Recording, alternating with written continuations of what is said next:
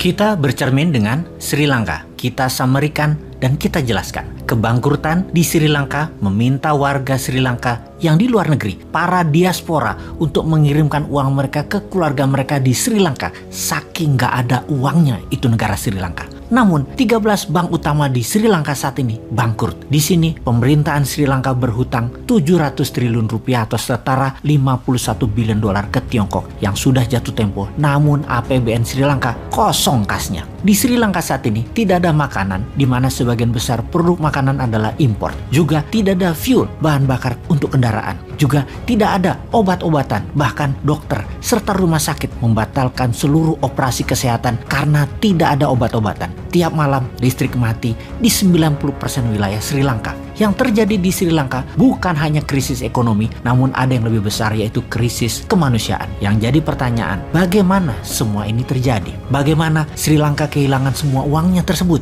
Kita akan jelaskan dalam episode kali ini untuk menjadi pelajaran bernegara bagi kita semua. Video kali ini disponsori oleh Dinaran, yang merupakan sistem pembayaran menggunakan emas hingga pecahan 0,01 gram, di mana kalau memerlukan fisiknya bisa diambil di ATM Gold. Saat ini baru 1 unit ATM tersebut, dan di tahun 2022 ini akan menambah 50 unit ATM Gold yang baru di seluruh kota besar di Pulau Jawa dan Bali. Kembali ke Sri Lanka. Pertama ada masalah kebijakan atau government policy. Kemudian ada masalah politik. Dan kemudian ada masalah yang namanya Tiongkok. Akar dari banyak masalah di berbagai negara. Kita mulai dengan kebijakan negara di Sri Lanka. Hasil saat ini adalah buah dari mismanagement yang panjang yang telah dilakukan oleh Sri Lanka, yaitu masalah fundamental. Impor lebih banyak dari ekspor, belanja negara atau spending lebih banyak dari earning atau pendapatan negara. APBN Sri Lanka negatif. Neraca perdagangan defisit karena banyak impor. Anggaran defisit karena kebanyakan belanja spending. Ini juga disebut dengan double debt atau hutang ganda, di mana ini juga biasa disebut dengan resep sukses untuk bencana ekonomi sebuah negara. Cara Sri Lanka menyelesaikan masalah defisit tadi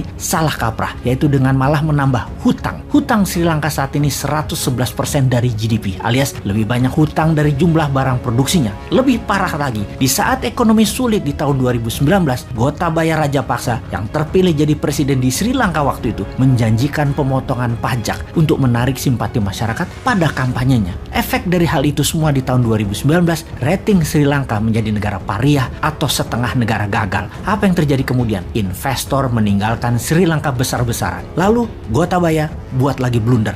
Dia melarang pupuk kimia di Sri Lanka. Bukan untuk kesehatan, namun karena tidak ada dolar untuk membeli pupuk, dia bersandiwara, bernarasi untuk kesehatan. Tapi hal itu semua blunder, membuat petani gagal panen hingga menurunkan jumlah produksi beras hingga 50% turunnya. Sejak Juni 2021, Sri Lanka menjadi pengimpor beras. Di tengah kekacauan tersebut, sejak Juli 2021, di mana dukungan terkuat Rajapaksa adalah Sinhala Buddhis, atau kalau di Indonesia adalah gerakan keagamaan. Dan kemudian saat itu mulai goyang kepercayaannya karena Sinhala Buddhis mulai berbalik membela rakyat, tidak membela Rajapaksa. Ada lagi sebuah kebijakan yang blunder, di mana harusnya mengutamakan pasar atau pro market approach, tetapi malah mengutamakan well driven mode. Maksudnya apa? Malah pamer kemakmuran dengan membangun infrastruktur jalanan. Itulah well driven mode, bukan pro market approach. Padahal isi dari infrastruktur tersebut tidak ada. Fuelnya impor, mobilnya impor, dan untuk mengerjakan hal ini Rajapaksa bekerja sama dengan Tiongkok. Sri Lanka mendapatkan hutang besar dari Tiongkok dalam bilateral debt. Sri Lanka mempertaruhkan ekonominya di tangan Tiongkok. Benar sih, Tiongkok kirim uang Tiongkok.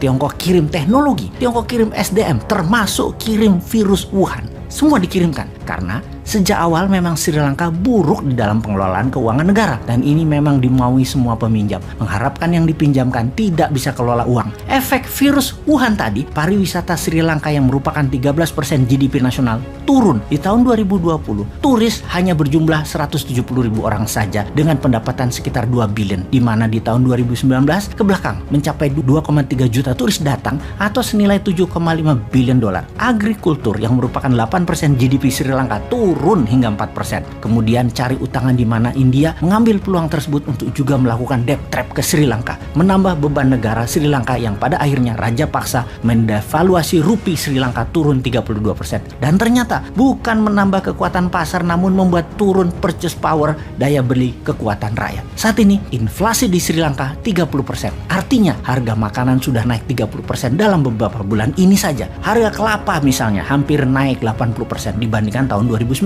Harga bawang naik 100% dalam 2 tahun ini. Harga beras naik 90%. Harga ayam naik 55%. Yang terjadi di Sri Lanka kalau bisa disimpulkan, inflasi tinggi, utang negara tinggi, tidak punya cadangan devisa, serta mata uang yang turun terus nilainya. Setiap hari, yel-yel masyarakat go gota go menggelegar seantero Sri Lanka. Berapa sih cadangan devisa Sri Lanka saat ini? Hanya 1,9 billion US dollar saja. Hanya sedikit lebih banyak dari kekayaan selebgram dan seorang model Kylie Jenner yang berusia 24 tahun tersebut. Saat ini, Sri Lanka perlu uang untuk memberi makan 22 juta penduduknya, memberi keamanan dan membayar hutang negara. Saat ini untuk membuat muter ekonomi Sri Lanka perlu dana sejumlah 20 billion dolar. Siapa yang mau meminjamkan pada saat jaminan keamanan bernegara dan kelolaan negaranya amburadul seperti itu? Semoga ini semua menjadi pelajaran buat kita.